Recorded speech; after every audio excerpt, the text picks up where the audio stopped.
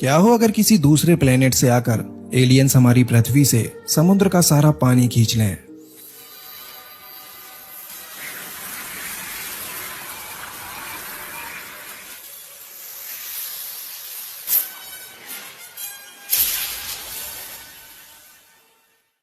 Movie की शुरुआत में हमें एक चमकती हुई बॉल पृथ्वी की तरफ आती हुई दिखाई देती है, लेकिन बीच रास्ते में ही एक सैटेलाइट से टकराकर ये बॉल डाइवर्ट हो जाती है और जोश नाम के एक बच्चे के घर में रखे फिश एक्वेरियम में जाकर गिर जाती है।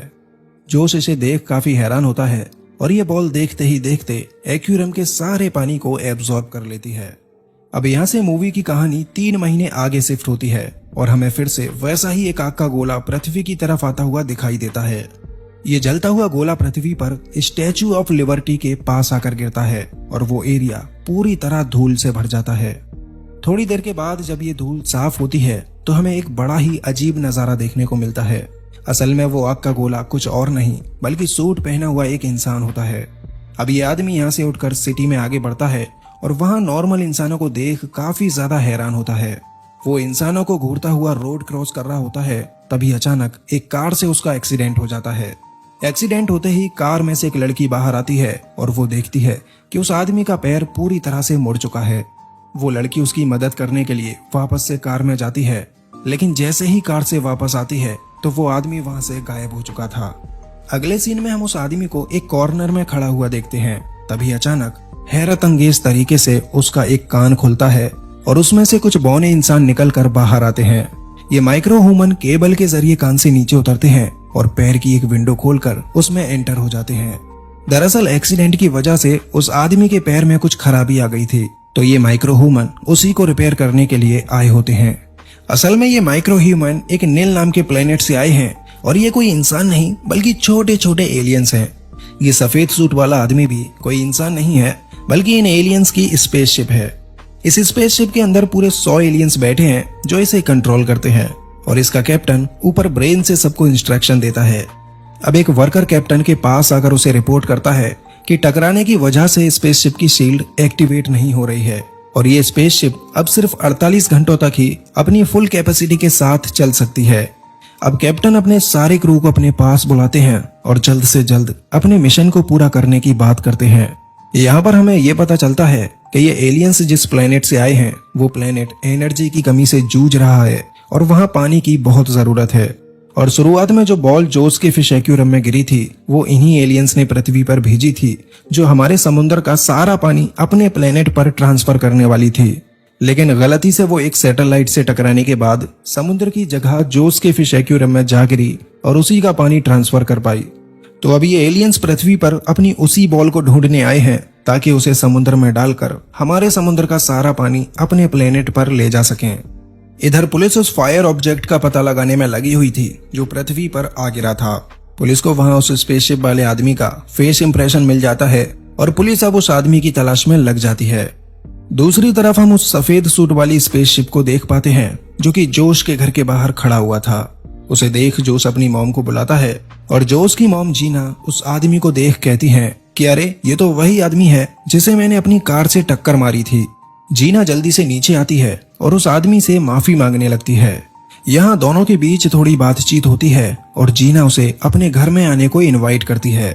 जीना के घर में आकर वो आदमी जीना को अपना नाम डेव बताता है और उस दिन के एक्सीडेंट वाली बात के लिए जीना को इट्स ओके बोलता है। डेव इस घर में खड़ा ही होता है कि तभी उसके अंदर बैठे क्रू की नजर घर में लगी हुई एक फोटो पर पड़ती है, जिस फोटो में उन्हें अपनी बॉल दिख जाती है। उस फोटो को उठाकर डेव जीना से उस बॉल के बारे में पूछने लगता है और जीना उसे बताती है कि ये बॉल हमारे फिश एक्वेरियम में आकर गिरी थी और अभी जोश के पास है जो कि स्कूल गया हुआ है।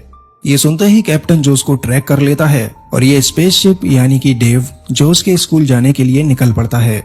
स्कूल पहुंचकर डेव जोश से उस बॉल के बारे में पूछता है तो जोश उसे बताता है कि वो बॉल तो उससे रिच नाम के एक लड़के ने छीन ली थी और अब तो रिच कल ही स्कूल आएगा। ये सुनकर डेव जोश के साथ उसके घर आ जाता है और सोफे पर बैठकर वीडियो गेम खेलने लगता है। थोड़ी देर साथ रहने के बाद ही जोश उसे काफी ज्यादा पसंद करने लगता है। शाम को डेव जोश के घर से बाहर निकलता है और एक बेघर आदमी के पास जाकर बैठ जाता है। ठंड काफी होने की वजह से वो गरीब आदमी डेव के साथ अपना कंबल शेयर करता है जिससे कि उसे ठंड न लगे। और ये सब देख डेव के अंदर बैठे कैप्टन और बाकी सभी क्रू मेंबर काफी हैरान होते हैं कि इंसान एक दूसरे का कितना ज्यादा ख्याल रखते हैं। यहाँ इन एलियंस को एहसास होता है कि इंसान हमसे बहुत आगे हैं और उनके अंदर काफी अच्छे इमोशंस हैं। अगले दिन सुबह डेव फिर से एक्टिवेट होता है, लेकिन आज डेव के पास सिर्फ 20% एनर्जी ही बची होती है। डेव यहाँ से जोश के साथ रिच को ढूंढने के लिए निकल पड़ता है ताकि उससे अपनी बॉल ले सके। और जैसे ही रिच उसे मिलता है तो डेव उसे उल्टा करके उसकी पॉकेट से अपनी बॉल निकाल लेता है। बॉल मिलने के बाद डेव को याद आता है कि आज तो जीना का बर्थडे है, इसलिए वो जीना और जोश के साथ एक रेस्टोरेंट में जाने लगता है। ये सब देख नंबर 2 एलियन कैप्टन के पास आता है और उनसे कहता है कि आप ये सब गलत कर रहे हो, हमारा काम हो गया है, अब हमें बॉल को समुद्र में डालकर वापस से अपने प्लेनेट चले जाना चाहिए। इस पर कैप्टन उससे कहता है कि इन लोगों ने बॉल ढूंढने में हमारी बहुत मदद की है और आज मैं जीना का बर्थडे छोड़कर नहीं जा सकता। इसके बाद डेव रेस्टोरेंट में जाकर जीना के साथ डांस करने लगता है और इधर पुलिस भी उसका पता लगा लेती है और उसे ढूंढते हुए रेस्टोरेंट तक आ जाती है। अब पुलिस डेव को अरेस्ट कर लेती है और उससे पूछताछ करने लगती है। इधर अंदर बैठा 2 नंबर एलियन सभी क्रू को कैप्टन के खिलाफ भड़काते हुए उनसे कहता है कि हमें इस कैप्टन को हटाना होगा, नहीं तो इसकी वजह से हमारा मिशन फेल हो जाएगा। इसके बाद सभी क्रू मेंबर कैप्टन को पकड़ लेते हैं और अब 2 नंबर एलियन शिप का कैप्टन बन जाता है। कैप्टन बनते ही 2 नंबर एलियन स्पेसशिप यानी कि डेव से दीवार में एक ब्लास्ट कराता है और वहां से भाग जाता है। नंबर 2 को आउट ऑफ कंट्रोल देख 70 नंबर एलियन स्पेसशिप से नीचे कूद जाता है और वहीं नंबर 3 एलियन कैप्टन को अपने साथ लेकर भागने की कोशिश करती हैं, मगर ये दोनों ही भागते हुए पकड़े जाते हैं और फिर नंबर 2 एलियन इन दोनों को ही स्पेसशिप से बाहर फेंक देता है। अब ये दोनों नन्हे एलियन किसी तरह इंसानों के पैरों तले कुचलने से बचते हैं, सड़क पर डॉग की सूसू में नहाने से बचते हैं और एक प्लास्टिक के बैग को हॉट बैलून बनाकर उसमें लटक कर स्पेसशिप तक पहुंचने की कोशिश करते हैं, मगर थोड़ा सा ऊंचा उड़ते ही प्लास्टिक का बैग एक बस में टकराकर उसके वाइपर में लटक जाता है और ये दोनों नीचे आकर स्पेसशिप के सूस पर आकर गिरते हैं और फौरन ही पेंट के जरिए स्पेसशिप में घुस जाते हैं। अब लिबर्टी आइलैंड पहुंचने के लिए डेव एक कार को रोककर उसके अंदर घुस जाता है, जिससे कि वो अपनी थोड़ी बहुत एनर्जी बचा सके।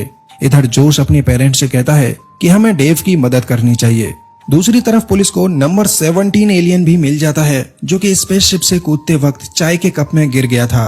पुलिस अब 17 नंबर एलियन से पता कर लेती है कि इस वक्त डेव कहाँ गया होगा और फौरन ही डेव को रोकने के लिए निकल पड़ती है। इधर डेव लिबर्टी आइलैंड पहुंच जाता है और वो समुद्र में बॉल फेंकने ही वाला होता है कि तभी कैप्टन उसे रोक लेता है। ये देख नंबर 2 एलियन सभी क्रू से कैप्टन को रोकने के लिए कहता है, लेकिन इस पर कैप्टन उससे कहता है कि रियल कैप्टन ने अपना चार्ज दोबारा ले लिया है। इतने में ही डेव के हाथ से बॉल छूटकर पानी में गिर जाती है। पानी में गिरते ही बॉल समुद्र का सारा पानी नील प्लेनेट पर खींचने लगती है, जिससे कुछ ही देर में सारा समुद्र खाली हो जाएगा। अब कैप्टन उसे रोकने की कोशिश करता है, लेकिन उसे पता लगता है कि अब उनके पास सिर्फ इतनी ही एनर्जी बची है जिससे वो या तो बॉल को रोक सकते हैं या फिर अपने घर वापस जा सकते हैं।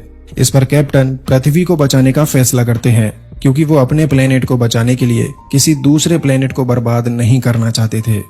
तो अपनी पूरी एनर्जी लगाकर डेव उस बॉल को रोक लेता है, मगर बॉल को पकड़ते ही उसकी पूरी एनर्जी डाउन हो जाती है। इतने में ही वहां पुलिस भी आ जाती है और डेव के ऊपर अपनी गन पॉइंट कर देती है। तभी जोश उस पुलिस वाले का टेंसर निकाल लेता है और उस टेंसर से डेव को चार्ज कर देता है। रिचार्ज होते ही डेव अपना मुंह खोलता है और उसमें से नंबर 3 एलियन के साथ कैप्टन बाहर निकलते हैं। कैप्टन अब जीना और जोश को गुड बाय बोलते हैं और उनसे ये भी कहते हैं कि हम लोग भी अब प्यार का मतलब समझ चुके हैं, इसीलिए हम अपने लिए एनर्जी सोर्स किसी और प्लेनेट पर ढूंढ लेंगे, लेकिन पृथ्वी को कुछ नहीं होने देंगे। ये सब सुनकर पुलिस भी नंबर 17 एलियन को उठाकर डेव के मुंह में रख देती है, जिसके बाद डेव अपने प्लेनेट पर वापस जाने लगता है। लेकिन तभी वहां पर FBI आ जाती है और वो डेव के ऊपर जाल डालकर उसे पकड़ लेती है। लेकिन जैसे ही FBI ऑफिसर्स डेव के पास आने लगते हैं, तभी कैप्टन अपने सभी क्रू के साथ शिप की लाइफ बोट शू में चले जाते हैं और शिप से अलग होकर पृथ्वी से निकल जाते हैं। स्पेस में जाकर कैप्टन नंबर 3 एलियन को शादी के लिए प्रपोज करते हैं और नंबर 3 शादी के लिए मान जाती है। इधर नीचे नंबर 2 एलियन को FBI पकड़ लेती है, क्योंकि कैप्टन उसे नीचे ही छोड़ गए थे। और इसी हैप्पी एंडिंग के साथ ये मूवी यहीं पर खत्म हो जाती है।